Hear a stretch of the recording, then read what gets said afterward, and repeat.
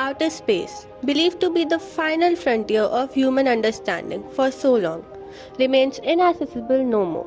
What started as curiosity for the unknown has sprung into much more, into freedom, into hope.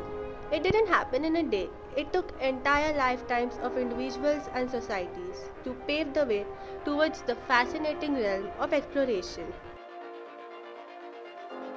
Where does our country, India, fit into? Welcome to Thumba, Kerala. The year is 1963 and India is about to launch its very first homeland spacecraft. This is not a dedicated research facility. People have been transporting rocket parts on bicycles since days. Space study is a recent phenomenon in this country.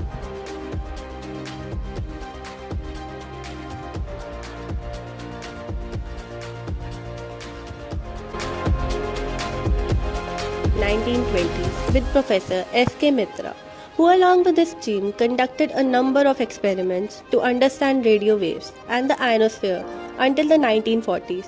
This triggered an interest in space research and researchers began coordinating.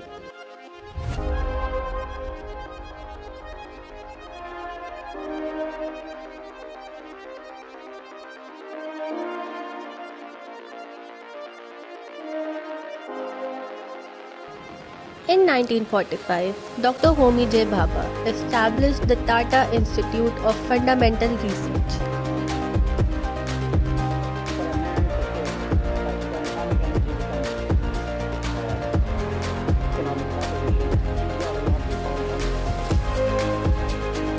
Two years later, Dr. Vikram Sarabhai set up a physical research laboratory in Ahmedabad. Then the founding of the Department of Atomic Energy in 1954 birthed at the Indian space revolution with the great pioneers spearheading it.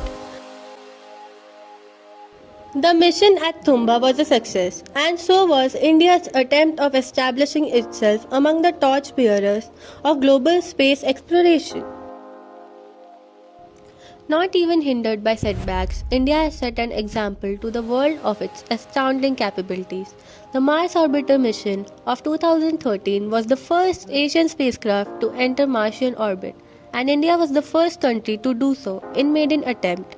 It is also the sixth country to have full launch capabilities.